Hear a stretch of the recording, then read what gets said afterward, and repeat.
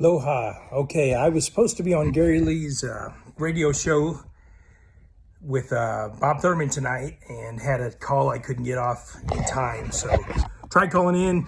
Gary wouldn't let me in. So, no, he was busy. So I promised if I didn't get to do the story on the show that I would tell the Bob Thurman story when he fought Al Prouder. I'm here, Alvin Prouder, here in my home dojo. And I had to set a table up so I could demonstrate this one. So here's the scene. It's in Topeka, 1980 something. I'm sure Bob remembers. Bob's title fight against Alvin Prouder, and I think it's 12 rounds. But down Topeka, Kansas, we're all there. Trained, a lot of our guys fought that day. Mike Morton, Bob Edwards, I think, some preliminary fights.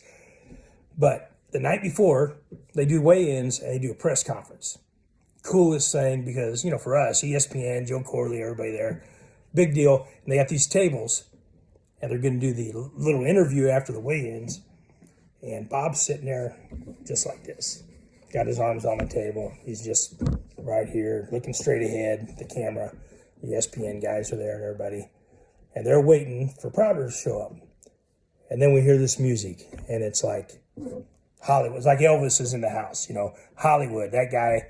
Just incredible. He comes in and there's music going, and I don't know if he's singing or doing poetry or what, but he's got his full satin gold gi pants top, and then he puts his arms out and got like a cape, like Batman or Superman, you know. And Prouder was his fight name was $1 Million Baby, and he had sunglasses on and he's moving around. He goes all around the table. He's talking to everybody, you know, playing to the crowd and the camera, and just, you know, charisma, superstar.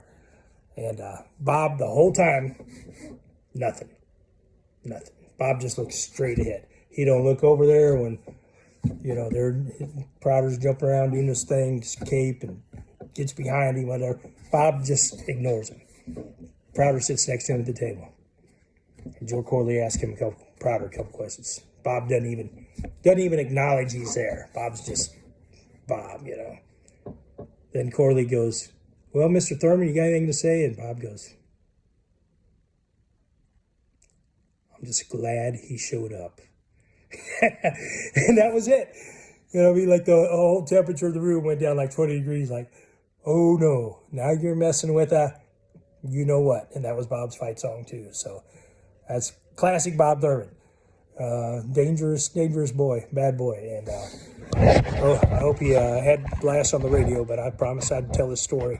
And that's just one of the many Bob Thurman stories. And I didn't get to hear it, but I know that Bob wanted to really acknowledge Steve Mackey and how much he helped to train him, and Dave Kennedy, the guys that made a difference. And all his many punching bags were stiff on it. But bless you, Bob and Steve, and that's the story. Oh, then the fight, I think they told on there, 12-round war. It was like the Hagler-Hearns of kickboxing, and just toe-to-toe brute battle, and Bob won. That was his title fight. So good history from his Jim Harrison clan, Mark Payne, Steve Mackey were the guys running and training, and Bob Thurman, first world champ. Steve Mackey won a title later in shoot boxing, but Bob was a man. Go Bushido.